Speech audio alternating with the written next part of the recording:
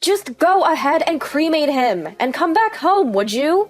After finishing my father's funeral, I made a tearful call back home.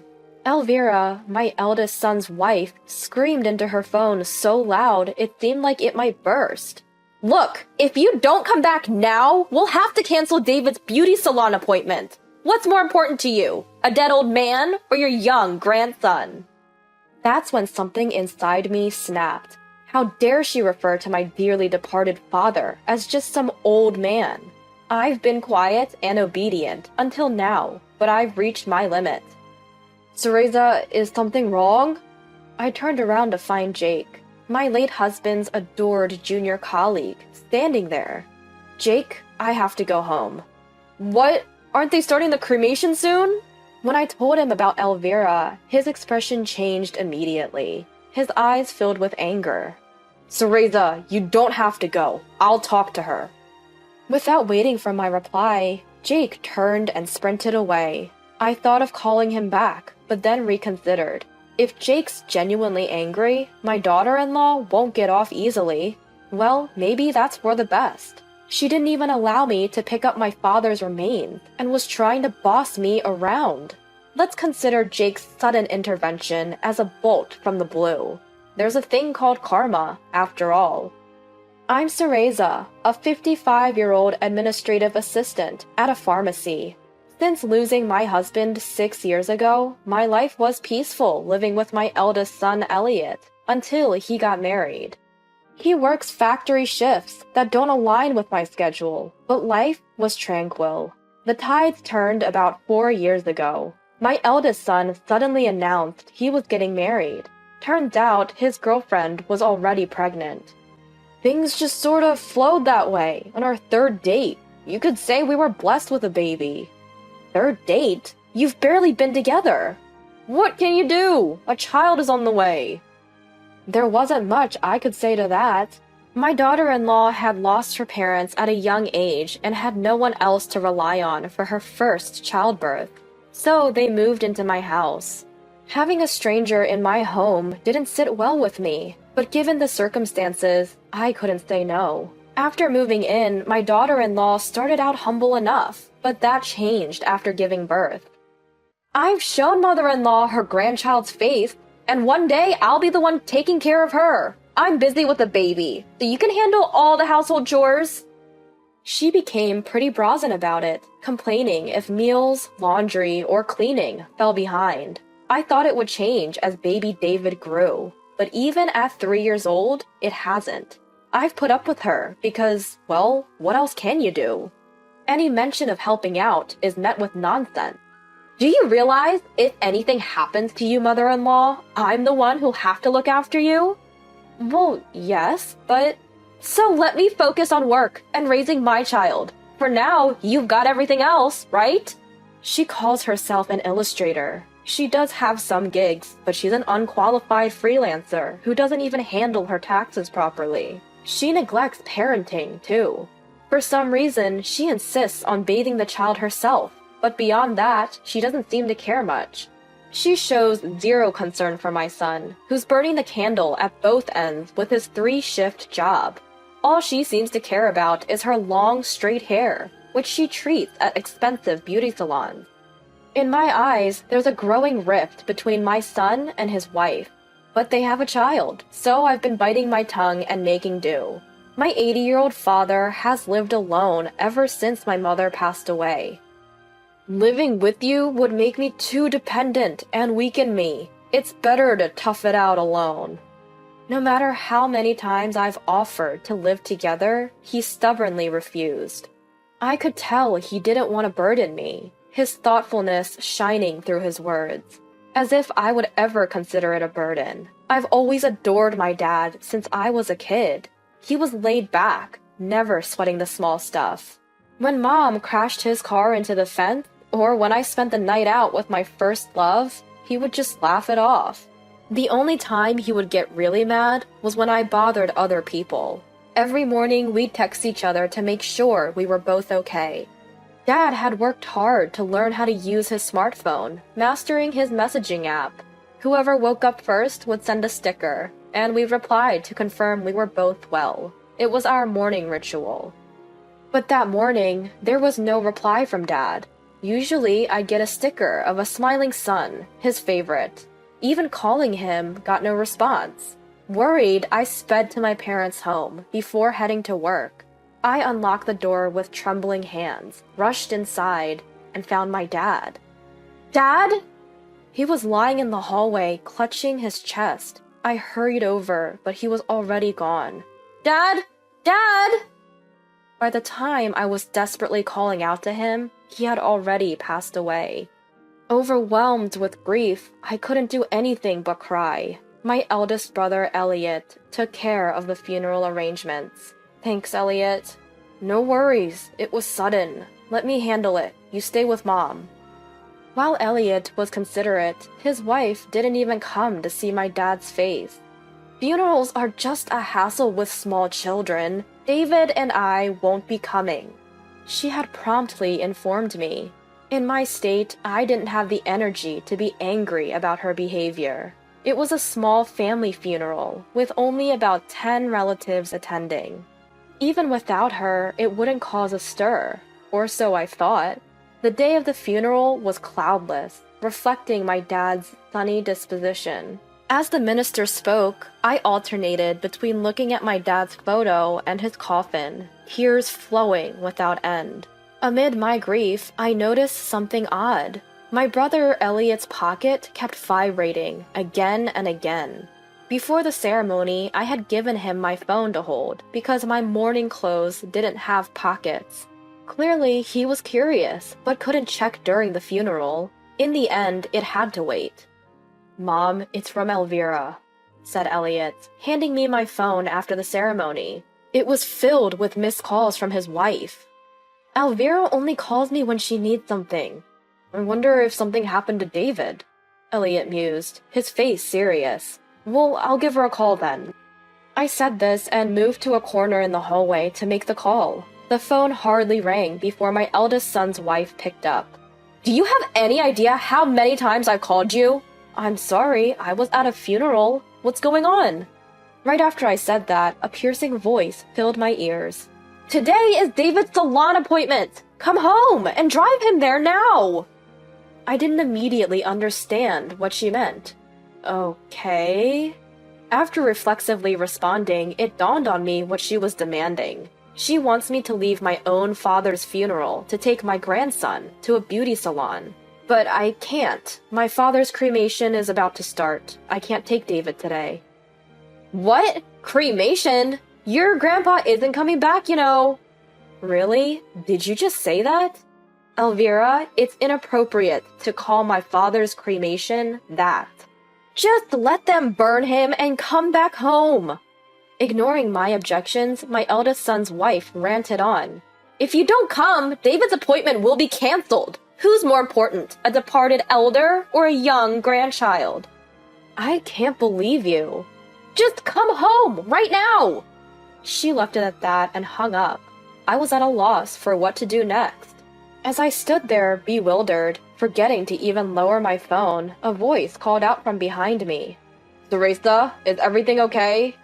At that moment, it was Jake who spoke to me, my late husband's devoted junior colleague. He still visits my husband's grave every year on the anniversary of his death, a very dutiful young man. He can be quite intimidating when angered, but he's always treated me with the same respect and care as he did my husband. Today, he came to the funeral because he felt that my father was like a parent to him as well. Jake, I have to go. What? Isn't the cremation starting soon? My daughter-in-law insists I take my grandson to a beauty salon now. What's going on? I told the shocked Jake about Elvira's regular attitude and the recent conversation, how she tries to boss me around and treats me with arrogance, and how she had the audacity to call my father a dead old man.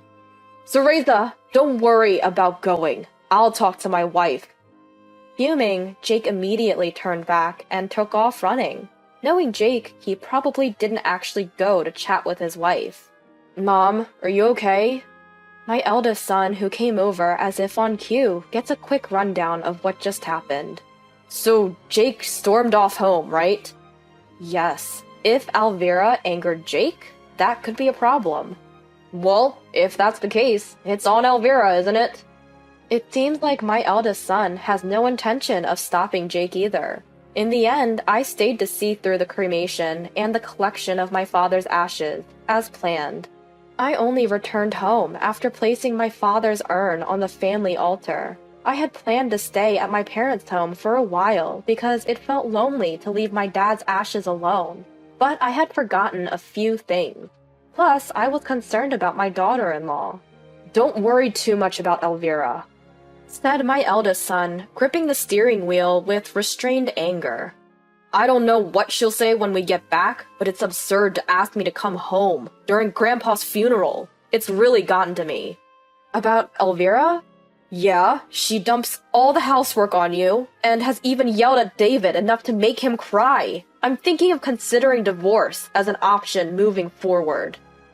I'm not a fan of my daughter-in-law either, but hearing the word divorce from my son leaves me conflicted. Our grandchild is still young. Can they really separate just like that? But I too am fed up with living with my daughter-in-law. I have my concerns, but I won't oppose a divorce. In the end, I only told that much to my eldest son, Elliot. They're a married couple. They should do what makes both of them happy. But how did it come to this? I lost my husband, and my son's marriage isn't going well. My father, who was always there for me, has been reduced to a small pile of ashes. Thinking about it all, I couldn't stop my tears. I'm sorry, Elliot. Can I just cry for a bit? With that said, I cried loudly until we reached home. When we got home, the entrance was a mess. The potted plant that had been on the shoe rack had fallen over, and sandals and shoes were scattered everywhere. Even the welcome mat had been flung to the middle of the hallway. Jake really did lose his temper. My eldest son remarked with disbelief as he took off his shoes. If you get Jake seriously angry, it's a big deal. But Elvira's the one at fault, so it can't be helped. With that, we walked into the living room to find my daughter-in-law sitting on the sofa, visibly stunned. As we entered, she slowly turned her face toward us. Her expression was just as I had expected. There was no doubt she had been hit by an infuriated Jake. You guys... She slowly stood up as she looked at us. Judging by her steady stance, it seemed she had only been hit in the face. You think it's okay to send a guy like that after me? Isn't that criminal? I didn't send him. I just told him what you've been doing to me, Elvira, and, well, he got angry. Who wouldn't? Excuse me? You think I deserve to get punched? What is he, a gangster? He is a real one. At my reply, my daughter-in-law shuts her mouth. My late husband was a gangster's son. The man who came earlier was one of his juniors. He respects me. What did you just say? I told him how you've been treating me, Elvira, and how you told me to skip my father's cremation. That's why he got so mad. As I finished speaking, a loud cry rang out. I turned to find my little grandson, who had seemingly appeared out of nowhere, crying by the door. Rushing over, I scoop him into my arms. Granny, I'm scared. I'm so sorry, little Sue. I take my grandson to my room to calm him down. Though his tears stop, he clings to me. That's when I notice a small bruise on the back of his neck. What could have caused this? As I ponder, my son, wearing a serious expression, enters the room. I'm going to stay at my parents' house for a while, I blurt out as I pass him our child. I want to distance myself from my daughter-in-law as soon as possible. I get it. I don't want to be around Elvira either. Okay, I'll handle Elvira. Don't worry. Thank you. Please do. Quickly, I pack a suitcase with the essentials. All the while, my thoughts are racing. The ongoing arrogance from my daughter-in-law since she moved in, her cold indifference to my hard-working son's health, her audacity to demand that I pick up my grandson during my father's funeral, and her harsh words to my father. What Jake did might be socially frowned upon, but it was a relief for me. Today is the day for my son to go to his beauty salon. Get home right now and drive him there. I suddenly remembered the piercing voice of my eldest son's wife over the phone. A voice cold as steel, void of any warmth. Honestly, I didn't care what she or anyone else had to say. In fact, I was even grateful to Jake for his action. The next day, my eldest son called me while I was staying at my parents' home. "Mom, can you come home now?" "Right now?" "As soon as you can. There's something important we need to discuss while David is at daycare." His voice carried an ominous tone. Feeling that this was no small matter, I sped home. As I burst into the living room, I found my son looking more serious than I'd ever seen, sitting next to his wife on the sofa. "Mom, sorry for calling you like this."